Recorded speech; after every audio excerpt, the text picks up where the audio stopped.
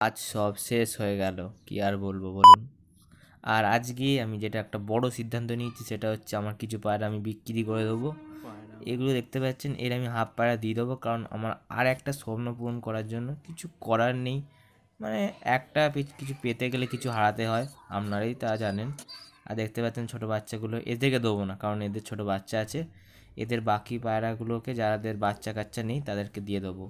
কিছু করার নেই, আমারও মন খারাপ হয়েছে, এখন বস্তা করে নিয়ে চলে যাচ্ছি পাড়ার দোকানে। মন তো খুব খারাপ হয়ে গেছে, কিন্তু কি আর করব, কিছু পেতে One গেলে year ছেড়ে দিতে later. হয়। আর এখন রাত্রিবেলা আমরা এই অন্য কোটে এত বড় লাইন দেখেতে এসেছি। দেখতেই পাচ্ছেন কত বড় লাইন, এটা আমাদের পাশের পাড়া। আর প্রথমে ভাত দিয়ে দিয়েছে, তারপর ডাল, তারপর একটা চচ্চড়ি ঘ্যাট মতো, তারপর ফুলকপি আলুর তরকারি, তারপর চাটনি, পাঁপড়, পায়েস। তারপর এখানে আমি একা আসিনি, আমার সঙ্গে একটা বন্ধু এসেছে, একটা অতনু বলে ছেলে এসেছে।